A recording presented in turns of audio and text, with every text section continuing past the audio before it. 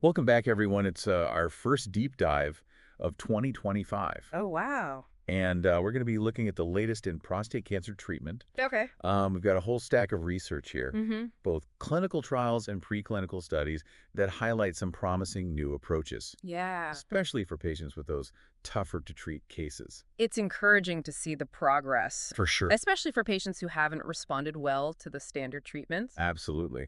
So let's start with those clinical trials. Okay. One thing that really jumped out at me was the challenge of targeting prostate cancer when it doesn't express PSMA, Right? that prostate-specific membrane antigen. I know that's a key target for a lot of therapies. Yeah, you're right. It is. And when PSMA expression is low or absent, Uh-huh. those traditional targeted therapies are often just not effective. Right. But we're seeing a couple of new radiopharmaceuticals that are showing promise in clinical trials. Okay. 67Q-SAR bisfap and 67Q-SAR bombacin.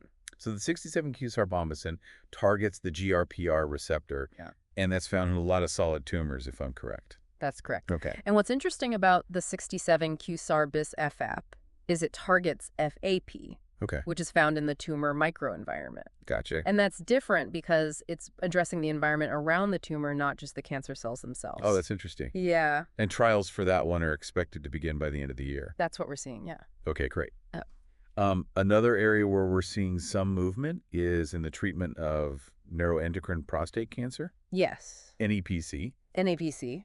And we've got PT217 SMOC, a bispecific antibody that just received its second FDA Fast Track designation, Yes, this time for NEPC. correct. Now, I know it received one earlier this year for small cell lung cancer. Mm-hmm. So 2 Fast Track designations in 1 year, that's got to be significant. It is. It means that the FDA sees it as a potential treatment for a serious condition Right. where there's an unmet need. Okay. And that's definitely the case with NEPC, Yeah. a very aggressive form of prostate cancer. So tell me a little bit more about how PT217 actually works.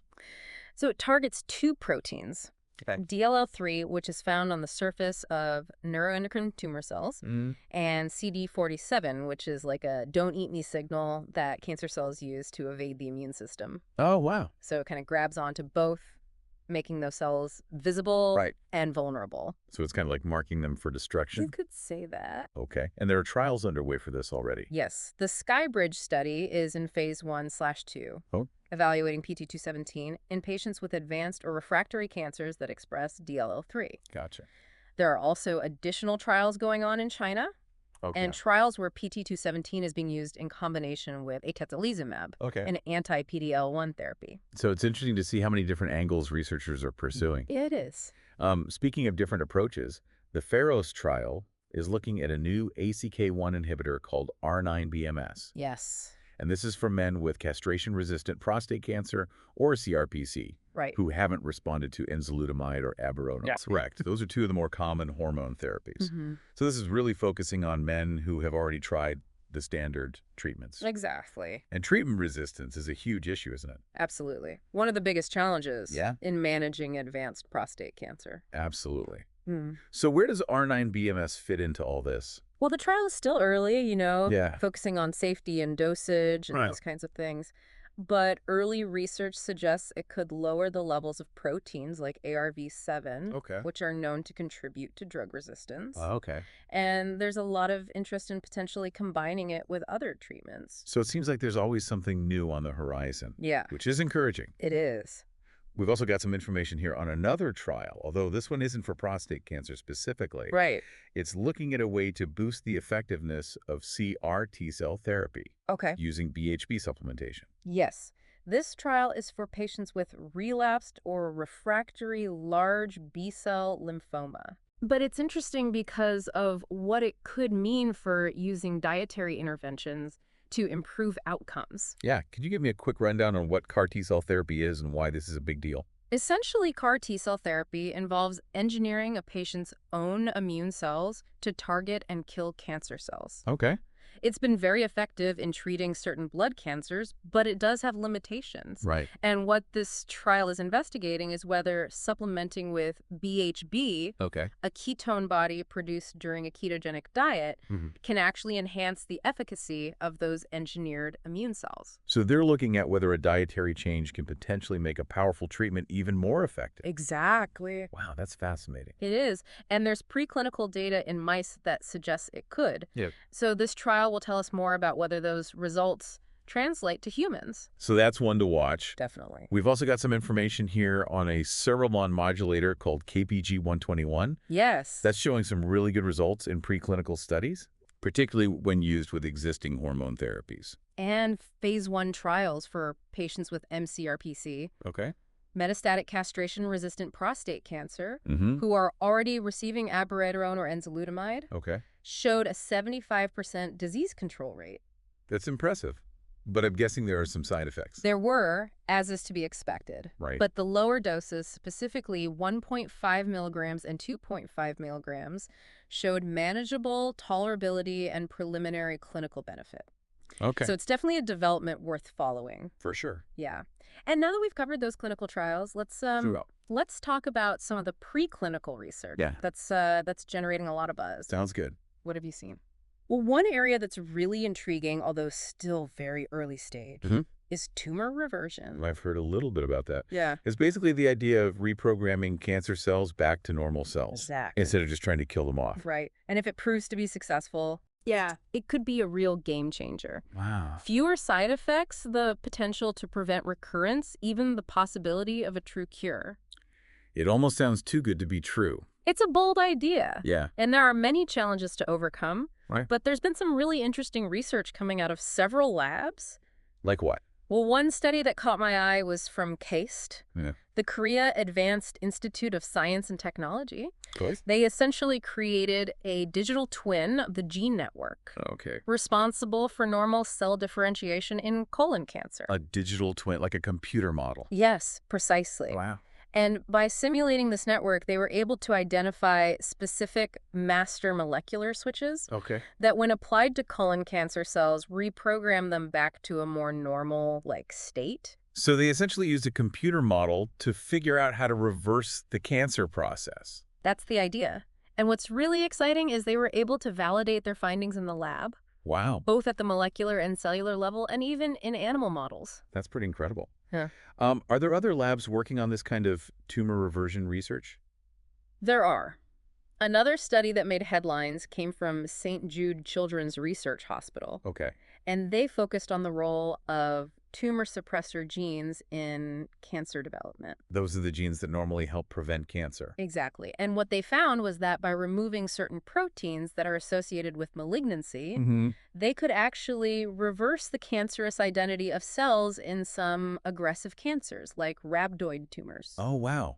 So it's almost like they were able to switch the cancer off Uh-huh. by targeting these specific proteins. It's a good way to think about it. And it opens up a whole new avenue for potentially treating these really challenging cancers. So we got these individual studies showing some promise. Yeah. Is there any research that's looking at the bigger picture of how tumor reversion works? There is. There was a comprehensive review published in Biomarker Research back in 2021 Okay. that went deep into the molecular mechanisms involved. What were some of the key takeaways from that? Well, they highlighted several molecules that appear to play a key role, including TCTP, which is linked to poor prognosis when it's overexpressed, and SIH1, which promotes cell death and suppresses tumor growth. Gotcha. They also discussed the importance of the tumor microenvironment, that complex ecosystem surrounding the tumor, and the role of things like non-coding RNAs, like microRNAs, in facilitating tumor reversion. Seems like the more we learn, the more complex it gets. It does. But with that complexity comes opportunity. Yeah. The more we understand about these molecular pathways, the better equipped we are to develop targeted therapies that can manipulate those pathways and potentially reverse the disease process. So while tumor reversion is still very much in its early stages, it's definitely an area to keep an eye on. Absolutely. There are still many hurdles to overcome, like figuring out how to translate these findings into clinical trials and addressing the issue of tumor heterogeneity. Okay. Meaning that not all tumors are the same. But the progress being made is encouraging. Okay, so we've covered quite a bit of ground today. We started with clinical trials, looking at new radiopharmaceuticals, Yeah, a promising bispecific antibody for NEPC, right. a novel ACK1 inhibitor for those with treatment-resistant cancer, and even a trial exploring whether a dietary supplement could enhance a CAR T-cell therapy. Mm-hmm. Then we delved into the fascinating world of tumor reversion, Yes. where researchers are essentially trying to reprogram cancer cells back to normal. It's a lot to take in. It is. But I think the overall message is there's a lot of really innovative research happening in the field of prostate cancer treatment. Right, and even though some of these approaches are still in those early stages, they offer a glimpse into a future where treatment might be less about destroying cancer cells and more about restoring normal function. Yeah, it is encouraging to hear about all this research Yeah. and these new treatment approaches that are being explored. I think what's particularly exciting is that we're starting to see this shift Yeah. from simply trying to destroy cancer cells Yeah. to actually reprogramming them. That brings us back to that tumor reversion research we were discussing. Right. It's a whole new way of thinking about cancer treatment. And while it's still early days, the potential is enormous. So can you remind us what stood out to you as being the most promising aspects of that research? Well, the work being done at KAIST with the digital twin technology is really groundbreaking. Yeah. Being able to identify those master molecular switches that can reprogram cancer cells is a huge step forward. Right. And then there's that research from St. Jude showing that removing certain proteins could actually reverse the cancerous identity of cells. Exactly. It's like flipping a switch, Yeah. turning off the cancer by targeting specific proteins. It's mind-boggling to think about. It is. And it really highlights the incredible progress that's being made in understanding the molecular complexities of cancer. It does. And as we gain a deeper understanding of these mechanisms, we're opening up entirely new avenues for treatment. Tumor reversion is definitely a concept that's captured the imagination of both researchers and patients alike. It has, because it offers this glimmer of hope for a future where cancer might not be the frightening diagnosis it is today. A future where it might even be curable. Exactly. And that's a future worth striving for. Well, we've certainly covered a lot of ground in this deep dive into the latest developments in prostate cancer treatment. We've explored everything from new radiopharmaceuticals and targeted therapies to the potential of dietary interventions and even this groundbreaking concept of tumor reversion. It's an exciting time to be following this field. There's so much innovation happening, and it's truly inspiring to see the progress that's being made. So for anyone listening who wants to stay up to date on these advancements, where would you recommend they go for reliable information?